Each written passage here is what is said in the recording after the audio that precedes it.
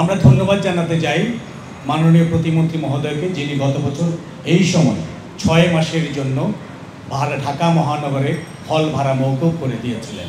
কিন্তু আমরা দাবি জানিয়েছিলাম যে বিজ্ঞাপনের অর্থ দিতে হবে, কিন্তু সেটা দিতে দেননি বা দিতে পারেননি। কিন্তু সেটা শুধু ঢাকায় হয়েছিল। আমরা বলেছিলাম সারা দেশে হবে।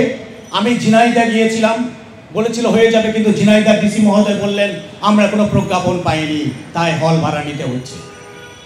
কুদ্দুস ভাই এখানে যা বলে গেলেন আমরা সম্পূর্ণ একমত পোষণ করছি বাংলাদেশ গ্রুপ থিয়েটার ফেডারেশন থেকে। কিন্তু কথা আছে, আমরা বলছি, কুদ্দুস ভাই বলছেন জুন মাস অবধি, আমরা বলছি 1 বছরের জন্য, এখন থেকে আগামী 1 বছরের জন্য সেই হল ভাড়া মওকুফ করে দেওয়া হোক। পাশাপাশি আমরা এটা জানিয়েছি 8ই সেপ্টেম্বর আমরা আবেদন করেছি মহাপরিচালকের মাধ্যমে মাননীয় মন্ত্রী মহোদয়ের কাছে যে হলগুলো খুলে দেওয়া হোক এবং 5,000 টাকা করে প্রণোদনা দেওয়া হোক। অর্থাৎ যেই সংগঠনটি অনুষ্ঠান করবে কেবলমাত্র সেই সংগঠনকে ন্যূনতম 5,000 টাকা অনুদান প্রণোদনা দেওয়া হোক। এটি খুবই সামান্য।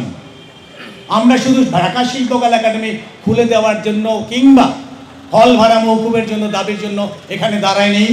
আমরা দাঁড়িয়েছি সারা বাংলাদেশের সমস্ত শিল্পকলা একাডেমির হল ভাড়া মওকুফ করে দেওয়ার জন্য, দাঁড়িয়েছি সমস্ত টাউন হলগুলোর ভাড়া মওকুফ করে দেওয়ার জন্য।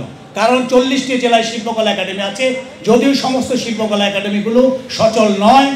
তার পাশাপাশি বলছি যে টাউন হল যেমন আছে সেই টাউন হলের ভাড়া যেন মওকুফ করে দেওয়া হয় এবং সমস্ত জেলা শহরে আমার যে বন্ধুরা নাটক করে কিংবা সঙ্গীত করে কিংবা নৃত্য করে তাদের জন্য যেন প্রণোদনা দেওয়া হয়, সেইভাবে আমরা সেই দাবির জন্য এখানে এসেছি।